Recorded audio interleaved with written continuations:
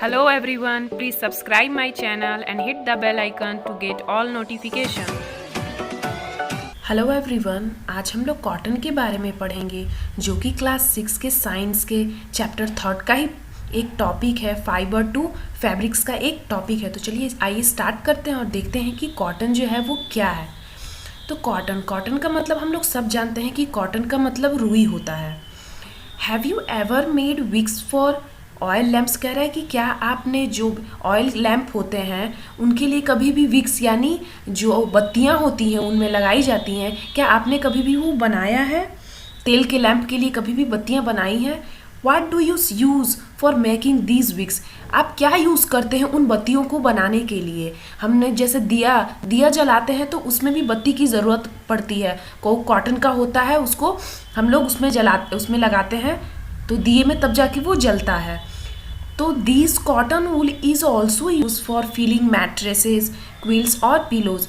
जो कॉटन होता है, रुई होता है, वो किन किन चीज़ों में यूज होता है? तो गद्दे में भरने में यूज़ होता है, रज़ाई जो हम लोग ओढ़ते हैं उसमें यूज़ होता है, पिलो यानी तकिए में यूज़ होता है। Take some cotton wool, pull it apart and look its edges. कह रहा है कि कुछ कॉटन लीजिए आप और क्या करिए, उसके जो एजेस हैं उसको आप ध्यान से देखिए। What do you observe? आप क्या देखेंगे? उसको खींचिए आप उनमें से, उस कॉटन को लेके आप उनका जो एजेस है, जो किनारा है, उससे खींचिए। आप क्या देखेंगे? आप क्या ऑब्जर्व करेंगे? The small thin strand that you see are made up of cotton fibre. जो पतले पतले आपको रेशे दिखाई देंगे वो किससे बने हैं? तो कॉटन फाइबर से बने हैं। Where does this cotton wool come from? ये जो कॉटन होता है, रुई होती है, ये कहाँ से आती है? It is grown in the field. ये कहाँ उगाई जाती है? तो खेतों में उगाई जाती है। Cotton plants are usually grown at a place having black soil and warm climate.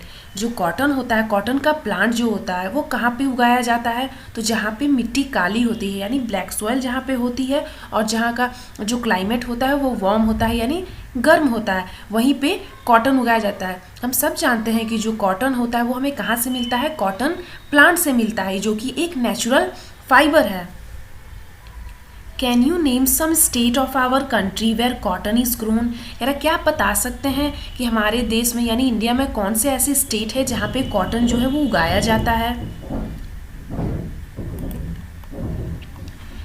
The fruit of the cotton plant, cotton bolls are about the size of lemon. कह रहा है कि जब कॉटन प्लांट लगाया जाता है तो जब वो बड़ा होता है तो उसमें फ्लावर लेमन के साइज के उसमें फ्लावर आने लगते हैं। जब वो बोला है कि आफ्टर मैच्योरिंग, उसके मैच्योर होने के बाद उस बॉल, लेमन के साइज का बॉल आने लगता है, उसमें उगने लगता है। अब बोला है कि आफ्टर मैच्योरिंग, जब वो पक जाता है, मैच्योर हो जाता है, the ball burst open and the seed cover with the cotton fibre can be seen. तो क्या होता है, वो जो लेमन साइज का बॉल होता है वो फट जाता है। जब वो अच्छे से पक जाता है तो वो फट जाता है, और फट के क्या होता है, उसमें से रुई निकल आती है, जैसा कि आप इस फिगर में देख सकते हैं। और उसमें से जो बीज होते हैं वो भी दिखाई देने लगते हैं।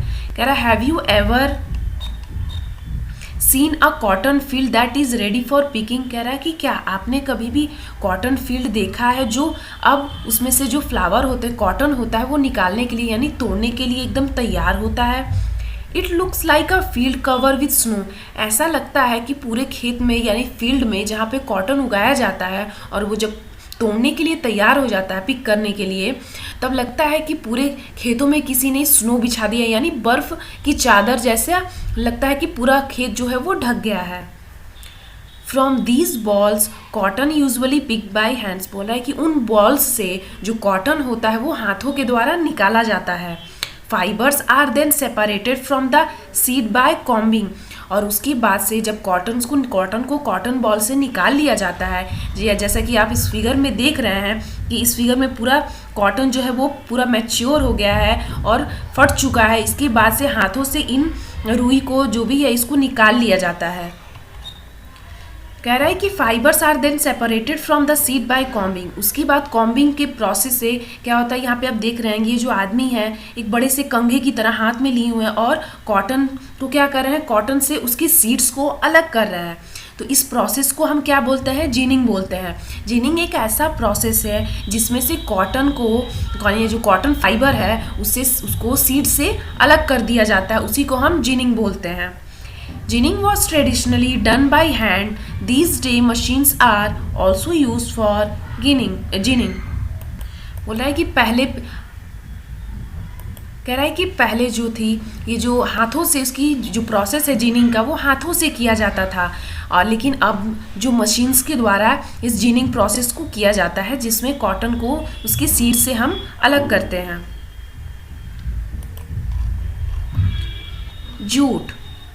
Jute fibre is obtain from the stem of the jute plant.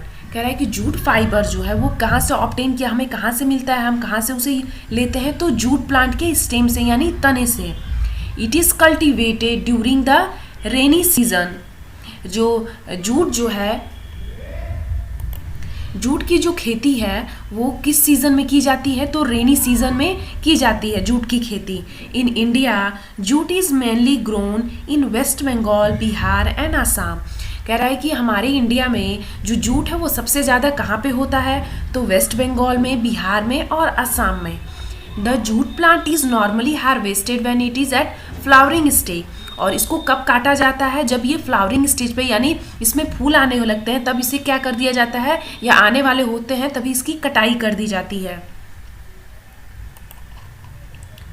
कह रहा था stem of the harvested plants are immersed in water for a few days. उसके बाद क्या किया जाता है, इसको काटने के बाद इसका जो तना होता है, स्टेम होता है, इसको पानी में भिगो करके कुछ दिनों के लिए रख दिया जाता है। और ये जब अच्छी तरह से फूल जाता है उसके बाद क्या किया जाता है, the stem rot and fibres are separated by hand. उसके बाद उसको स्टेम को क्या किया जाता है, कई सारे हिस्सों में हाथों से उसको अलग किया जाता है। Making yarn from cotton. यहाँ पे आप देख सकते हैं फिगर में कि यार्न से यानी धागे से, ये कॉटन से क्या बनाया जा रहा है, धागा बनाया जा रहा है। जैसा कि हमने पिछली वीडियो में इसके पार्ट में पढ़ा था कि फाइबर से हम क्या बनाते हैं, यार्न बनाते हैं यानी धागा बनाते हैं, और उस धागे से हम क्या बनाते हैं, कपड़ा बनाते हैं यानी फैब्रिक बनाते हैं। तो कह रहा है कि to make fabrics all this fibre are first converted into yarns. कह रहा है किसी भी कपड़े को बनाने के लिए जो भी फाइबर्स होते हैं उनको किस में कन्वर्ट किया जाता है, यार्न में कन्वर्ट किया जाता है यानी धागों में कन्वर्ट किया जाता है। हाउ इट डन, ये कैसे होता है। इसमें कह रहा है स्पाइनिंग कॉटन यार्न यानी सूती जो तागे होते हैं, धागे होते हैं, उनकी कताई, उनको कैसे हम बनाते हैं। तो आइए इसको देखते हैं। यहाँ पे इसमें एक्टिविटी 4 में कह रहा है कि इसमें दिखाया गया कि आप कैसे आप अपने हाथों से भी इस कॉटन से धागा बना सकते हैं। The process of making yarn from fibre is called spinning. कह रहा है कि वह प्रोसेस जिसमें हम फाइबर से क्या बनाते हैं, यार्न बनाते हैं, यानी रेशे से जब हम धागा बनाते हैं तो उस प्रोसेस को हम क्या कहते हैं, स्पिनिंग कहते हैं। In this process, fibers from a mass of cotton wool are drawn out and twisted. इसमें क्या होता है कि कॉटन जो है वो ले लिया जाता है हाथ में, और उसका एक बंडल आप बोल सकते हो, और उसको एक सिरे से उसको खींचा जाता है और उसको ट्विस्ट किया जाता है, उसको ऐंठा जाता है। This bring the fibre together to form a yarn. इससे क्या होता है कि फाइबर मिलके क्या बनाते हैं, एक धागा बनाते हैं। A simple device use for spinning is a hand spindle also called तकली। कह रहा है कि एक डिवाइस है, सिंपल डिवाइस, एक साधारण डिवाइस है जो कि क्या नाम है इसका, हैंड स्पिंडल नाम है, या इसको हम तकली भी कहते हैं। इसके यूज से भी हम क्या बना सकते हैं, धागा बना सकते हैं। Another hand operated device use for spinning is चरखा। और एक और डिवाइस है जो हाथ से चलती है और उसका यूज करके भी हम क्या बना सकते हैं, धागा बना सकते हैं, जिसका नाम क्या है, चरखा। यूज ऑफ चरखा was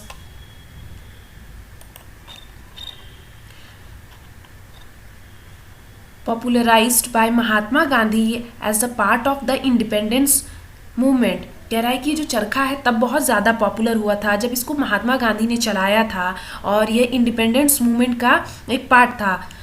He encouraged people to wear cloths made of homespun yarn and shun imported cloths made in the mills of Britain.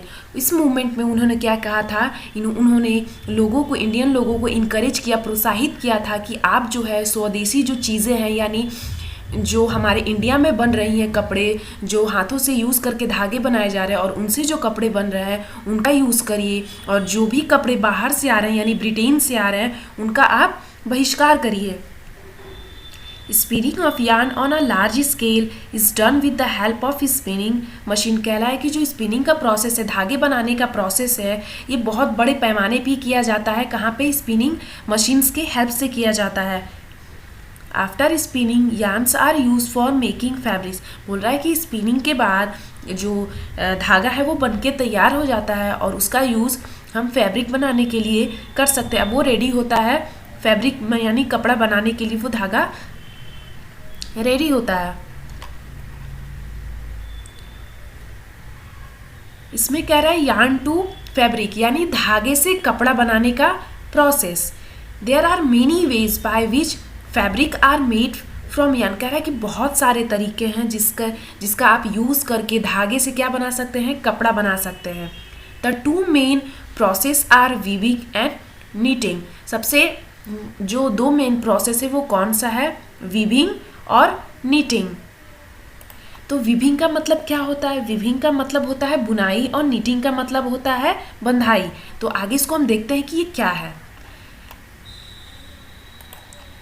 कह रहे in activity 2 you might have notice that fabric is made up of 2 set of yarn arranged together. कह रहा है कि आपने activity 2 में ध्यान दिया होगा कि जो भी कपड़े होते हैं वो धागों के 2 सेट से बनाए जाते हैं। The process of arranging 2 sets of yarn together to make a fabric is called weaving. कह रहा है कि जब साथ में दो जो हैं धागे जो हैं उसको अरेंज करके क्या बनाया जाता है? फैब्रिक बनाया जाता है। तो उसे हम क्या कहते हैं? वीविंग कहते हैं, यानी बुनाई कहते हैं। तो क्या होता है? जब धागों को हम लोग धागों के 2 सेट को आपस में अच्छे से उसको ऑर्गेनाइज करके क्या बनाते हैं? कोई भी कपड़ा बनाते हैं, यानी फैब्रिक बनाने की जो भी प्रोसेस होती है उसी को हम क्या कहते हैं? तो हम सिंपली कह सकते हैं धागों से कपड़ा बनाने की जो प्रोसेस होती है उसी को हम वीविंग कहते हैं। तो आई होप आप सबको यहाँ तक का वीडियो समझ में आया होगा। बाकी का जो इसमें का पार्ट बचा हुआ हम लोग नेक्स्ट वीडियो में करेंगे। अगर आपको ये वीडियो अच्छी लगी है तो प्लीज़ मेरे चैनल को सब्सक्राइब करिएगा, इस वीडियो को लाइक करिएगा और अपने फ्रेंड्स के साथ शेयर करिएगा। Thank you.